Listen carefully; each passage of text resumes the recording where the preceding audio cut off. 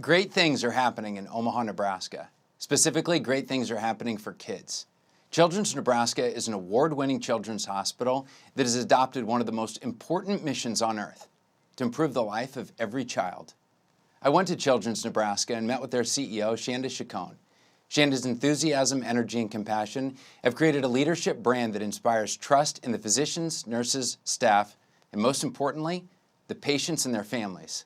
Let's hear more about how she develops people and programs that truly make a difference. Chanda, thank you for being here with me today. Can you talk a little bit about your own personal strengths journey when you first learned your top 5 strengths and what stood out to you the most? Absolutely. It's actually newer to me. I came here to Children's Nebraska in September of 2020, and I had never done my Gallup strengths. And it's common language in Nebraska and common language at Children's. And it was very intriguing to me because I had been sort of a learner of leadership from a much more old school framework where you just focus on the things you're not good at and try to be better at that. And I thought how inspiring to actually know what you're great at and to be able to build teams in a much more purposeful way that surround you with strengths you don't have. And so you create this really amazing group of people. And so when I first did the Strengths Finder, I thought, oh, what is this going to say? Like, what if it says something that, I'm like, I didn't know that. And it was not shocking to me, but almost reassuring when I saw it. Like, wow, to see it on paper that the things I had been told for most of my career in leadership were things that I had to mitigate. This actually said, that's why you're a great leader. So for me, looking at my top 10 strengths made me feel more confident in who I was as a leader. It's things I always knew, but to see it on paper and then looking at my top 5, I was like, oh, well, this explains it. Now I have the language to tell people why it is that way or describe it a little bit more. And I knew where my derailers were in that, but to see it on a piece of paper explained in a way that was really about how I answered things and felt more scientific for me was really powerful. When you say derailers, sometimes we refer to that as basements. And it sounds like something in there resonated with you, that you've been told over and over again that this is something that maybe you needed to work on, especially when in reality it was one of your strengths. Of your top 5, what's an example of that? Woo. Absolutely woo. People for me are the most important part of my leadership. I don't think you can be a leader if people don't follow you or if you don't inspire them to want to be better for themselves and the organization. And so I have always cared very deeply about people, and I've been told that that can be very exhausting. And I'm like, well, that's so great because my top strength is achiever. So I have a lot of stamina around doing the right thing when I believe in it. And I'm really lucky to do a job and be in an industry that I'm very personally passionate about. And so for me, the caring about people has always been a part of my leadership, and seeing it be a strength that I've leveraged for me was like, oh, thank goodness. I mean, I felt like I'd been training to be a leader in a pandemic my whole career because caring for people is exactly what people needed during COVID.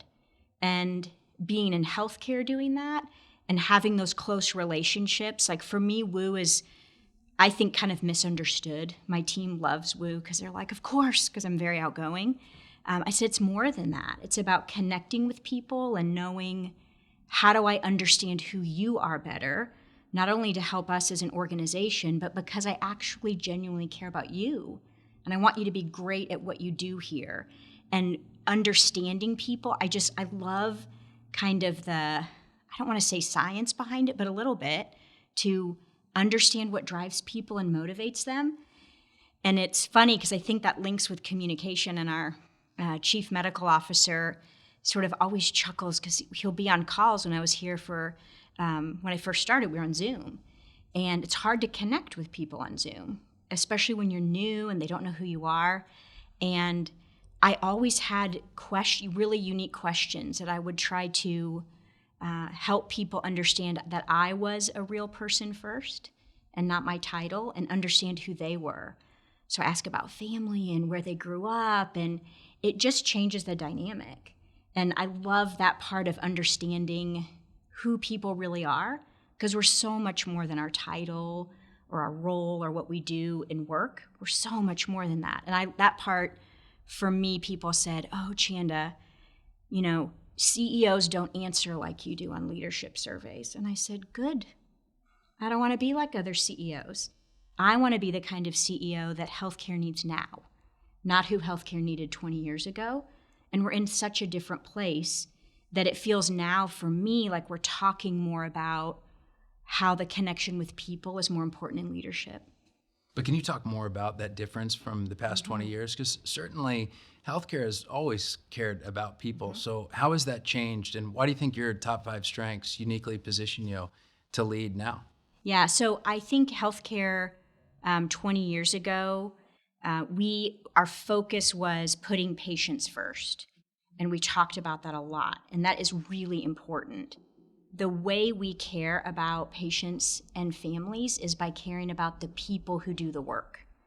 And our focus had always been about taking care of patients first. While that's important, we have to really focus on our people. And so I think that is, for me, the shift in it is about the core work we do, but the core work we do only happens with amazing people that know that you care about them, that they're individuals and they matter. And that, for me, is very emotional when you care deeply about people, and it can be overwhelming because people come to work and come to life with lots of things and experiences. And for me, having an individual connection with people and them knowing about me personally and knowing something about them personally helps people be committed to what we're doing as an organization. And so that, for me, during COVID, knowing that, I would tell people, I'm struggling too. Like, the work we do is hard, this time is hard, and life is hard.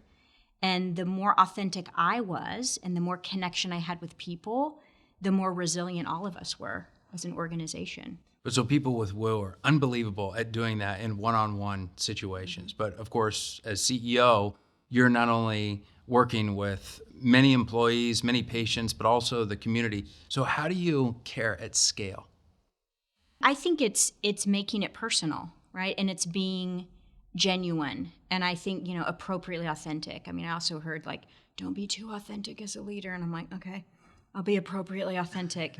But we talked earlier about, I talk to any group that wants to know more about me, wants to know more about our organization, because that, to me, is what it looks like at scale, is that lots of people have learned something about me, some tiny nugget about our organization that makes them interested in who we are or what we do, and it creates a connection. And then our job is to make it so inspiring they want to know more and provide the resource to be able to do that, whether it's through social media or online or an event we do where they can learn more about us. And so I think it can scale. And can it be exhausting? Sure. But I think Woo is what keeps me. I enjoy it so much, meeting new people and talking to new people and being able to share what we do every day when I'm passionate about it personally I think it's an honor to do it. So that doesn't wear me out. That doesn't make me tired. It actually energizes me to say, oh, sure, I'll go talk at that meeting. I'll meet new people. Because I want people to know who we are before you need us.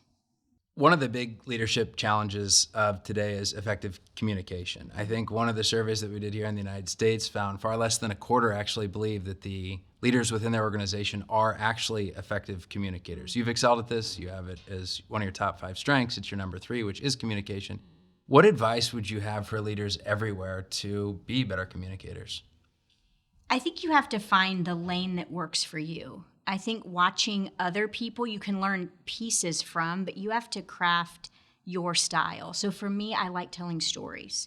So that's how I connect with people, is an experience I've had, something I've seen, a question I've heard people ask before, and that it's communicating in a way and at the place where someone's willing to listen. Because if you're just talking and no one's listening, you're not actually really communicating.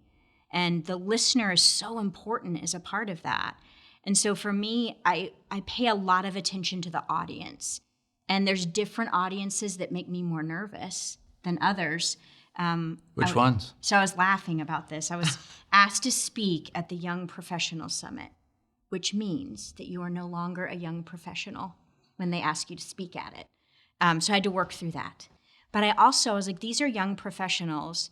And I thought, am I relevant? I was talking about leadership and my leadership journey. And I'm like, am I relevant to a young professional? And so I started like thinking about, well, how would I figure that out? So I got a bunch of young professionals in our organization together and I said, great, here's what I think is really important to talk about with leadership.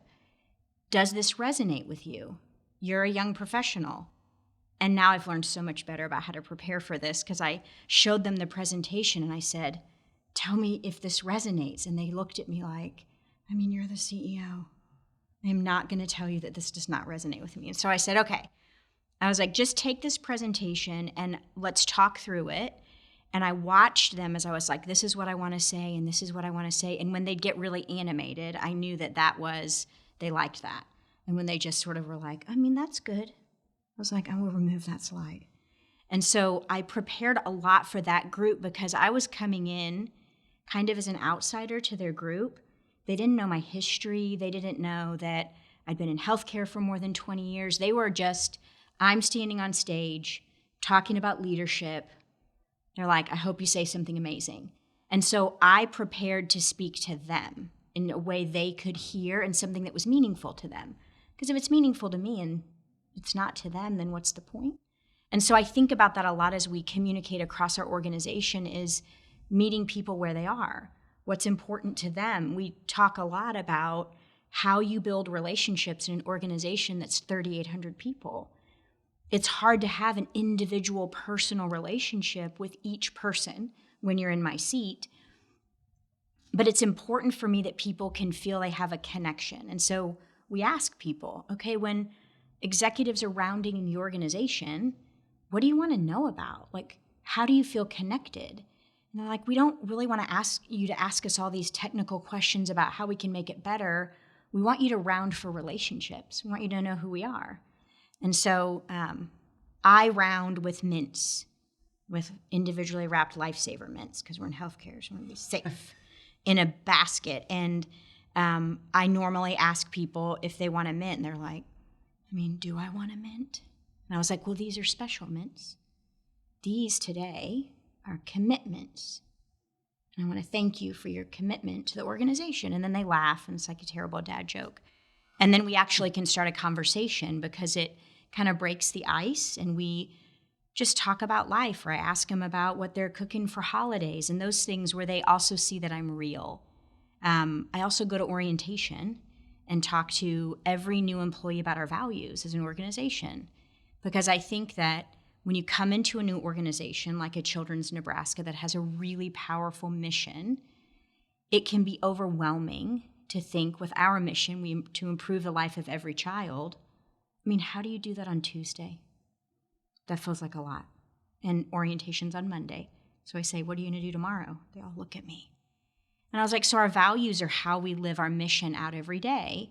And I just talk like a real person to new people to our organization to make it real in the moment that they can connect with it.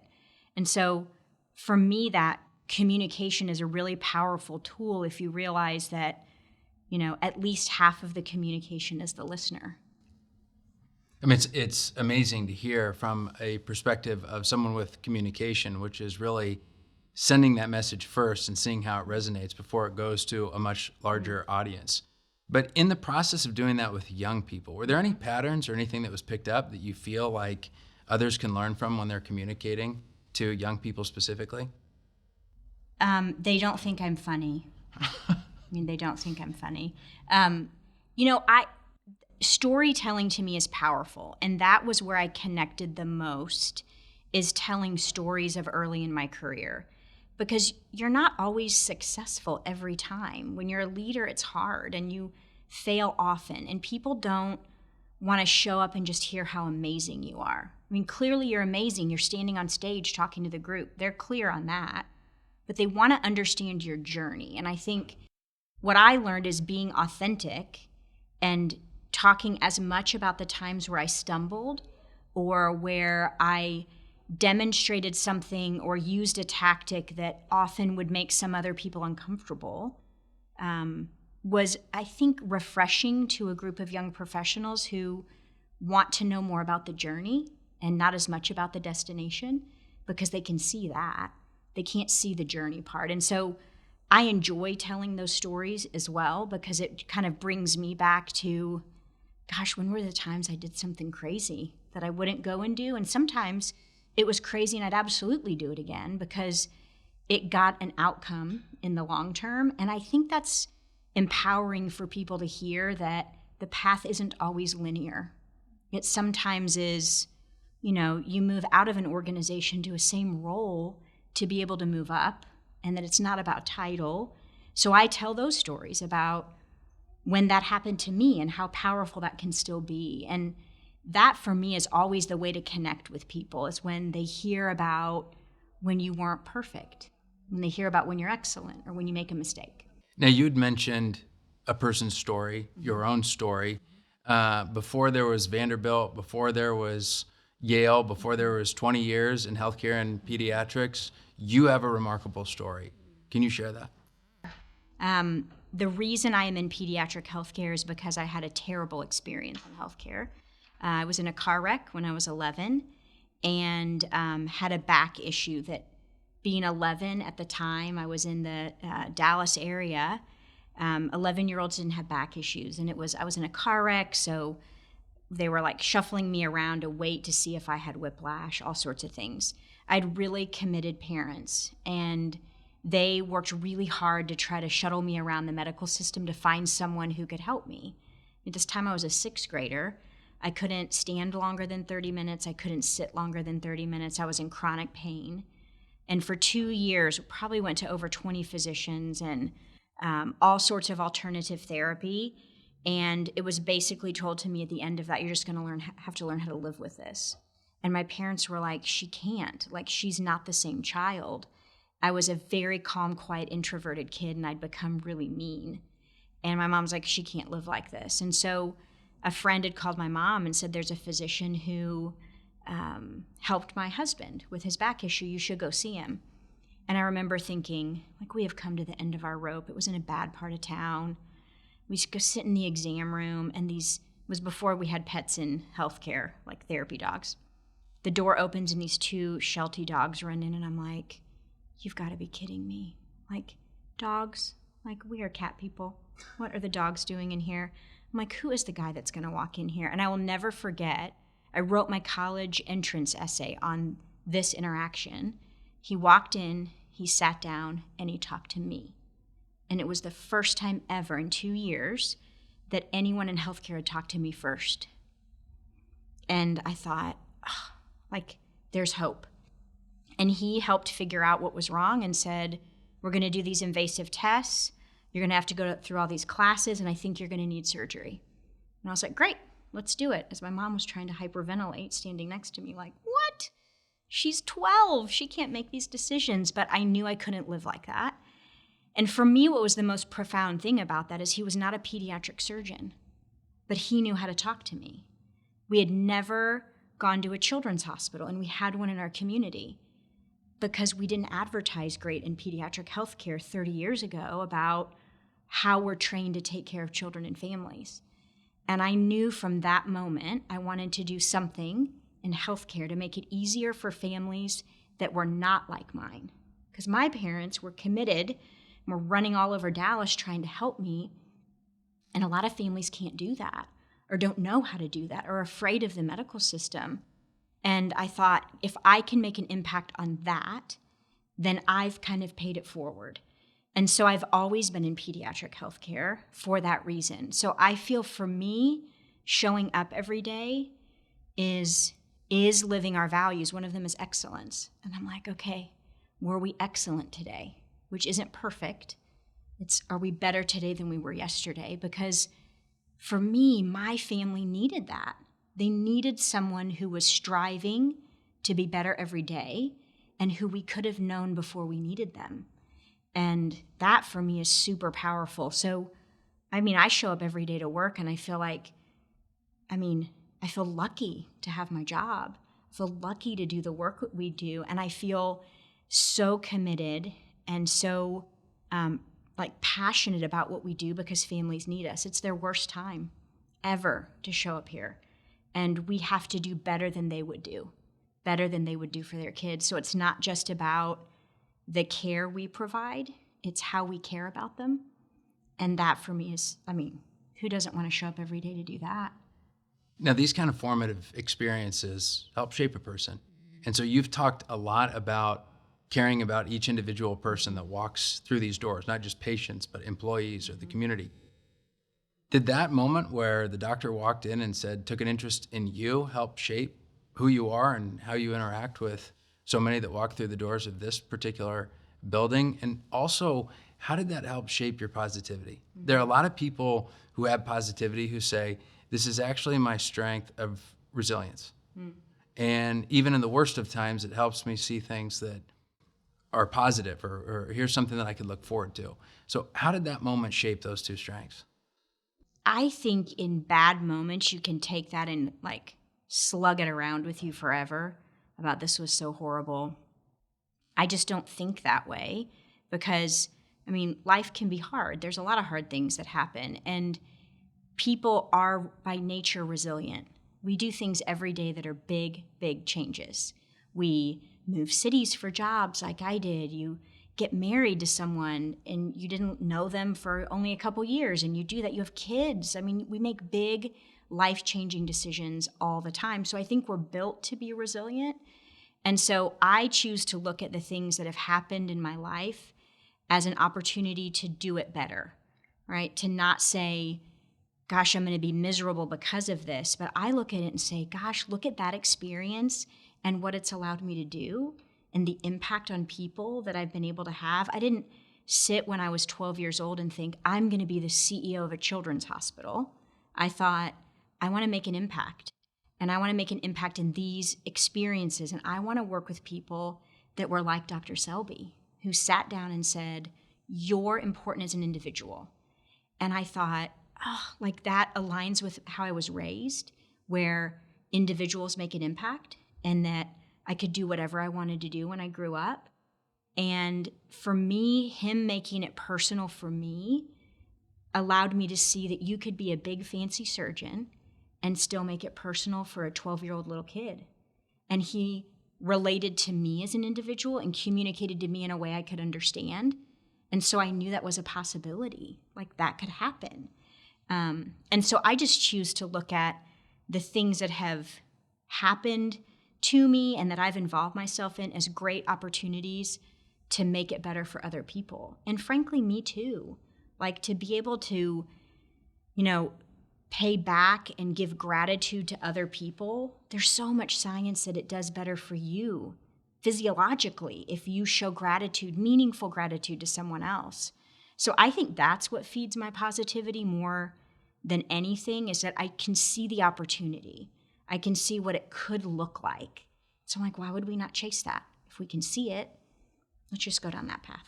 So your entire team has done strengths. Mm-hmm. Can you talk about what that journey was like, and also how do you use their strengths on a daily basis? Yeah, it was entertaining. I don't know if they would say entertaining. I found it entertaining. It explained a lot for each of us about each other. And I think it was a really powerful tool to have language to understand what someone was really strong in. And it gave a freedom to talk about it, where I think before, when I got here, the senior team had not done strengths as a group and talked about it and looked on a grid of what are we all good at? It hadn't been as transparent. And I was we're just going to all look at it. We have to be great as a team. And so we should see where everyone's strong. And for me, it was by giving language, it allowed us to kind of joke a little bit about it and be oh, now I know why you do that. And it also helped us pull together. We had a huge culture change to go through in the organization. And knowing each other's strengths allowed us to leverage them, to be able to say, I am really positive and I will always find an opportunity and a path. Groups don't always want to hear that at that time. And so we would bring in someone that had on the team that was much more analytic and brought the data to show the path depending on the group. And for me, that was so powerful, focusing on strengths rather than saying, oh, you can't do this because you're not good at that. And that's normally what we would do versus saying, you're amazing at this. Could you go talk to this group for me? And so it felt to me like we were actually able to be strategic about how we led and how we led the organization on a pathway to let them know that they were important as individuals. So for me, I thought it was like the science behind leadership is pretty powerful because it's hard to dispute that when you see your strengths. And we're so different as a team, and I love that too. I think it's harder on the journey when you go through the stages of a team, but the most powerful teams that have gotten the most impact I've been on, we've all been very different. And I told my team, we're all very different. So the journey is going to take a minute, but when we land and we all understand it, it's going to be like no other team you've been on because we know each other well enough to capitalize on our strengths. So I feel like we're at that place now, which is pretty amazing. And it gives us kind of freedom to go, oh, okay, now I know why Chanda was weird in that meeting. It was a very negative meeting and she's trying to be positive. Or I know her strategy of how she was trying to connect with that person and why we took so long to talk about backgrounds and people and lives because she needed to figure that out to help pull this person down the pathway of where we were going. And so I think it's made us better communicators with each other by being on that journey. When you first saw the results of everyone on your team, was there anything that really surprised you about what their results were? In healthcare, I hadn't really thought about this before we'd seen that. We all have responsibility in our top 10. And it makes sense in healthcare because we're responsible for people's lives, right? It feels heavy. So that was interesting to see that. The strength that for me has been the most powerful to understand is harmony. Why? Because it is one of my lowest. And I have people on my senior team that have harmony as in their top 5. And understanding that and knowing that, I can see it so much clearer when the room or the topic is disruptive and people they are the most uncomfortable, and I can see it. And I pay a lot of attention to body language in a room.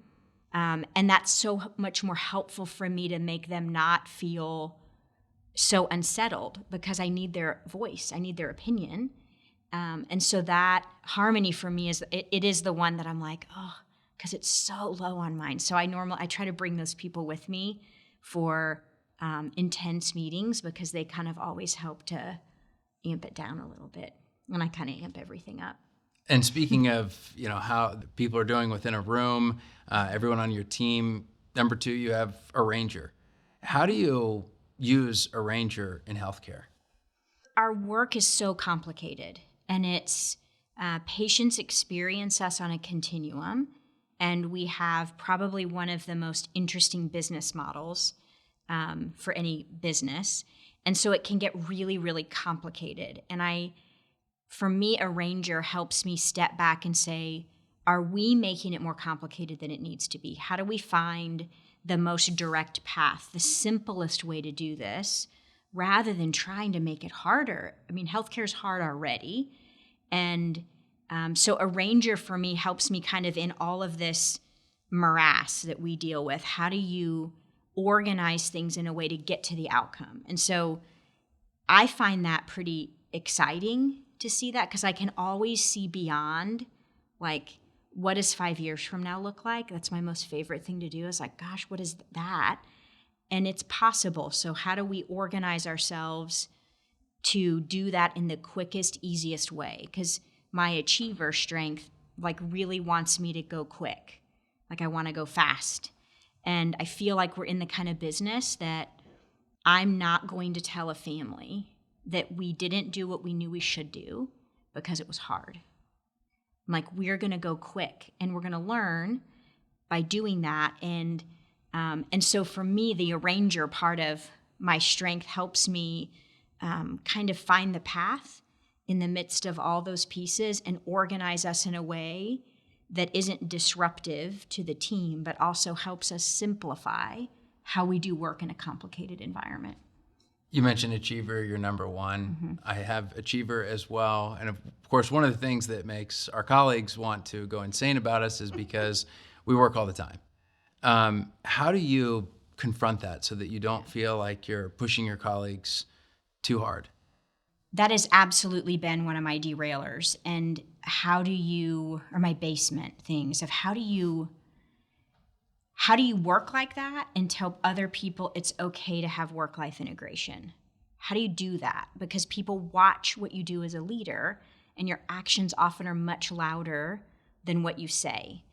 And so I have been really thoughtful about that because I have built my life to be able to lean in hard at work because I'm so passionate about it. So I made decisions early in my career to intentionally design my life in a way that I can do that. I can work as much as I want, whenever I want, on weekends, and it's fine. My life supports that.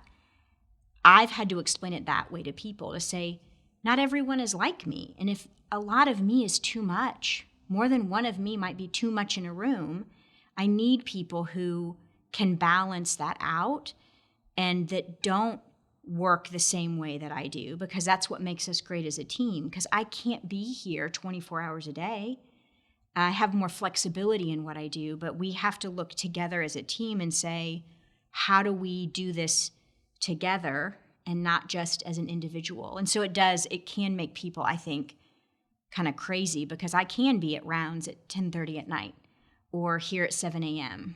But I want people who have kids that they have to take to school in the morning, who have family members they care for and have to leave early, because that's what makes us different as a team.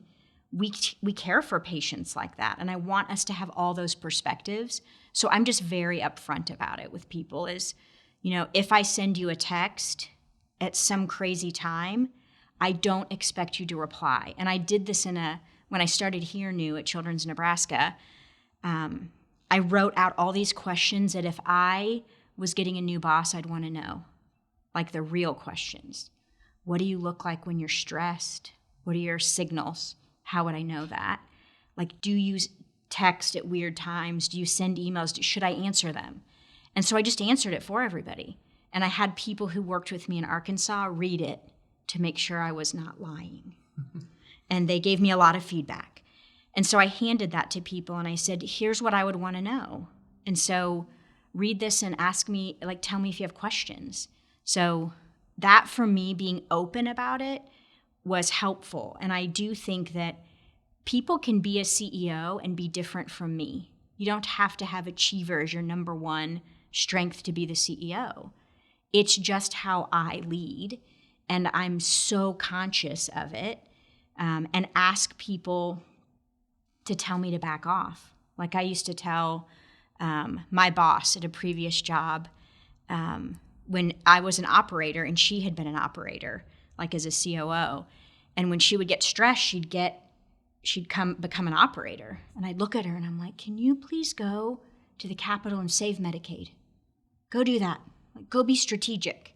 I am doing this. And so I told my team here, if I'm in your business, it is because I'm stressed. I'm going to what I know really well. Please tell me to go to Lincoln and save Medicaid. So I intentionally give people the language that will trigger me to go, oh. And then I apologize. Sorry, I'm in your business. I'm just stressed about something else. And that openness and being connected with them and freely giving that and recognizing it and they know it has made it so much easier to get stuff done.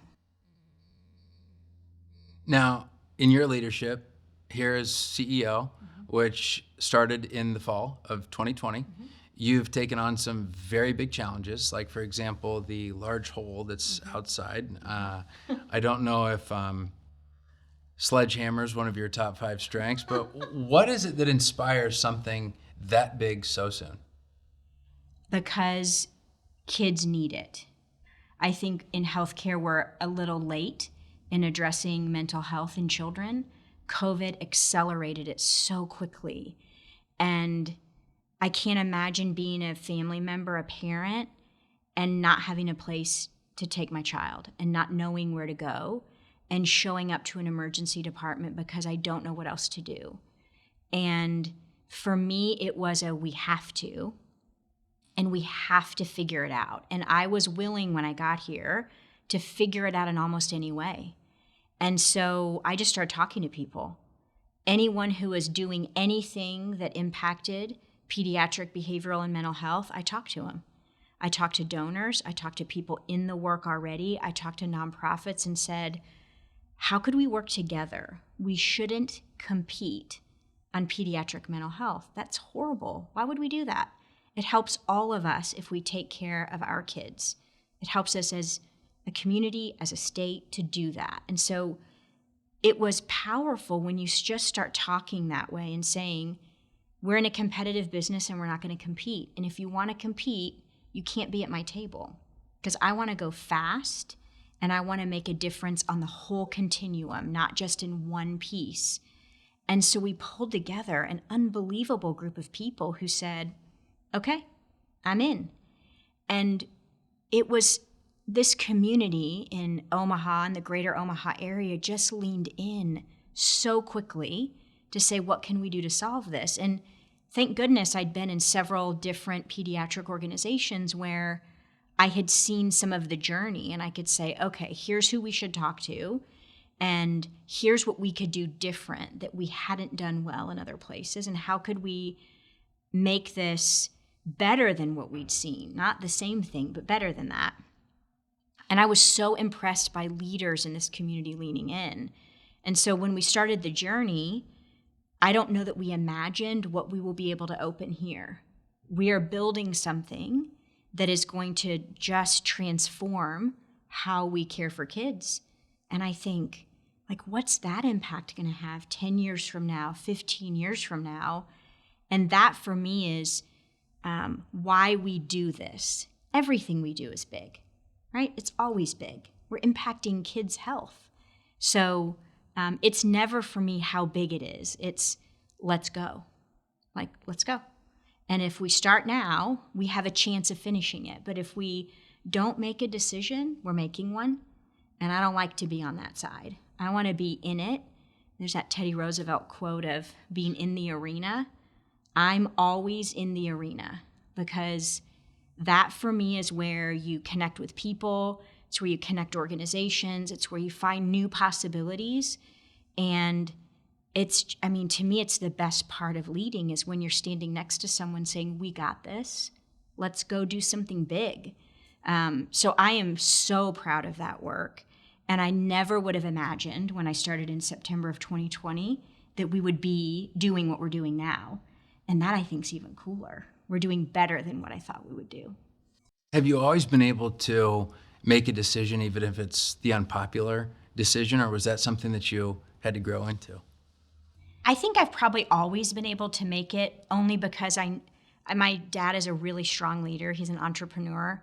And I watched him and knew that you don't go into leadership to be popular. You go into leadership to do the right thing, even when it's hard. And I knew getting into leadership would be hard, but my passion for what I was doing is so much stronger than the hard, right? It's where we're going and the outcome to me is we have to do this. It's not about should we have to. And so I kind of knew when I got into leadership that that it wasn't about everybody liking me. And so I don't like making decisions that everyone isn't like, wow, that's a great decision. But someone has to make those decisions. And depending on the seat you're in, you have to make bigger decisions that make more people upset. But I think it's understanding the why when I'm doing it. If I can understand the why, then I can make a decision about that. If the why doesn't make sense to me, I seek out the why before I'll make a big decision. One big decision that you made was change the name of the organization. What of your strengths brought that out, and why did you feel like that was an important thing to do? For me, it really was about, I think, the communication and probably in the woo a little bit too, because I want people to know what our team is doing here. Like, that is so important to me. And I want families to know that right in your backyard, you have this amazing organization, and our name didn't tell people where we were. So we were doing all these amazing things across the country and getting great recognition for research and education and great operations and innovation. And it's been unbelievable. And I'm like, how does anyone know it's us? How do they know we're in Nebraska? And so for me, just having been in pediatric healthcare for so long, I'm like, let's make it easy for people to know where we are. Where do you find us if you want to know about this innovative work that we're doing, or if you want to be a part of a research project, or if you want to be a student here and spend your career at Children's Nebraska, they have to know we're in Nebraska. And so this was probably, I've been a part of name changes before. This was one of the most thoughtful, well-planned, seamless name changes I've ever seen. And it absolutely was not because it was me making all the decisions. It was because we have very smart people that we intentionally put in positions who know how to do this work. And I got out of their way. And I will tell you the thing I'm probably the most proud of is we announced this to our team on our 75th birthday, which was also part of a very smart guy who leads our marketing, PR, and comm team, who said, Chanda, we have to do this on a day that's meaningful. We can't just change it on a Tuesday. We have to do it on a day that makes sense, where people remember. And so our 75th anniversary has meaning. We are different than we were 75 years ago. And there's a story about why this matters now. And I thought that was the why. I mean, it was so clear about the work we do. We announced it to the team at about 8:30 in the morning. And literally there was a crane at 84th and Dodge who within 30 minutes placed the first sign that said Children's Nebraska. And I'm like, just drop the mic. We can all go home. That was amazing. I mean, it was like your brand in action, right? Where we thoughtfully change things in a kind of a weird market where healthcare isn't super stable. We knew that it would create stability for the families we serve, for our team, if they could go out and tell about the amazing things we're doing here and people could find us. And so it was so powerful because the why made so much sense. We care for people and patients from almost all over the United States, come here for different programs we have. And we're doing unbelievable research and academic and training people. And it made so much sense. And so it was, I mean, the team would be like, Chanda, it was not easy. But it felt easy. I mean, we made it look seamless to the community. And I've had business leaders come up to me and say, how did you do that? And I'm like, we hired the right people and we got out of their way, and the team came up with this plan. And one gentleman said, we've been thinking about changing our brand. And when we saw how seamless yours went and how elegant it was, it made us go back to the table to do ours different. And I was like, what a great compliment's that. So I ran back here and told the leader of our marketing, PR, and comm, I was like, listen to this compliment you got. It's amazing. I'm so proud of the work we did. But a few things that you said, so that decision inspired others because it went so well. When you talked about the new Center for Mental Health, even though it was potentially an unpopular decision or some of the unpopular decisions that you've been forced to make, you did it because it was the right thing to do, and that you often lead with, what's the purpose behind it? Why is it that we're doing this? Everything that you've said is around mission and purpose. But right now, when we look at our national metrics on mission and purpose, they're in decline across the board. What advice would you have for leaders all over the country, all over the world, to make sure that they're leading with mission and purpose and making people at every organization actually feel like they're a part of that mission and purpose? Mm-hmm. I think it's knowing your own why, why you're leading. Why are you in the industry you're in? If you believe it, others will too. When I talk about the story of why I'm in healthcare and how you could talk to my mom today and she would start crying and you'd think she had a kid in the hospital today, because the memories are so powerful, people connect with that. And every industry has a story. every person who's in leadership has a why they're doing it. And I challenge people, if you don't have a why are you doing it? Like, why would you do this? This is hard work. So I think when you can communicate and when you understand your own why and you can communicate it to others, that's just really powerful. People can connect with that. It's a story, right? People remember it. People don't always remember where I went to school or, where I worked. They always remember the story I tell them about being in healthcare as a kid. They always remember that. That's what sticks for people. And I think making things personal and being authentic about who you are and being vulnerable about your why, that's powerful. No matter what industry you're in, people want to work for leaders like that. That's the kind of leader I want to work for. And we're creating an organization here at Children's Nebraska that's the one we've all wanted to work at. And that for me is so amazing to say to the leaders, what are the things you've learned about other organizations that you want to do different here? That you want to be unique and be able to say to people, we have built something unlike anything we've ever seen. Gosh, who doesn't want to work at that place? Like, that's where I want to work. And so that for me, that connection and that knowing your personal why, I think is always inspiring to people. And when you declare a big mission like tackling the mental health crisis that not just Nebraska is facing, but the whole country is facing, what are the markers that you use for success?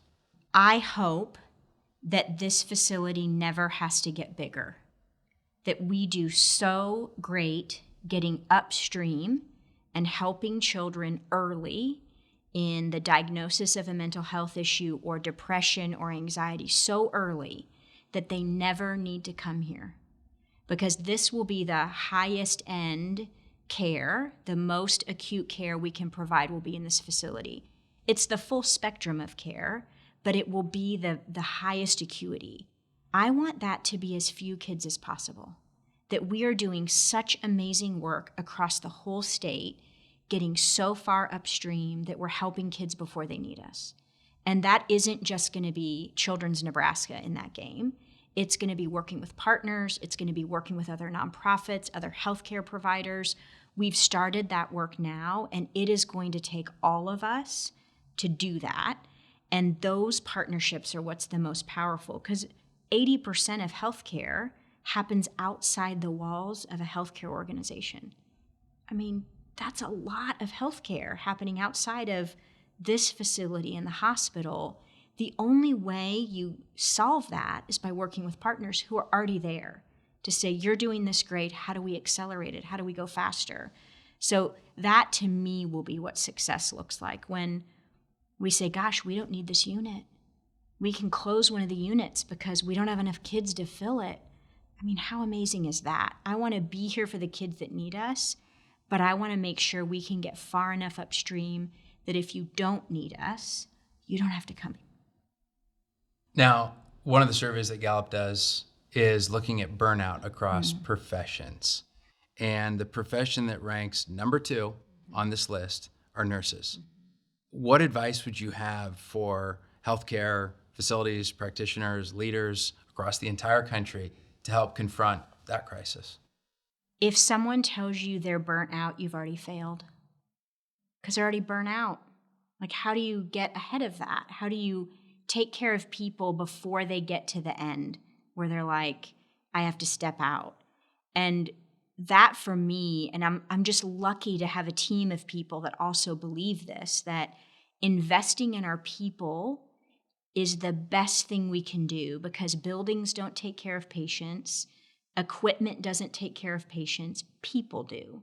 And so if we take the very best care of our people, then they use all those amazing tools we have to take great care of patients. And so as an organization, I can't solely be in charge of somebody's well-being and their wellness. It has to be a dual effort, but I can make sure as an organization that as an employee, you have all of the levers to pull in how you define your wellness, and that it's not just about you waiting to reach out to it, that we reach out to you, and that we provide those tools. And then we also provide an environment that you want to show up at every day, which is where we actually care about you as an individual.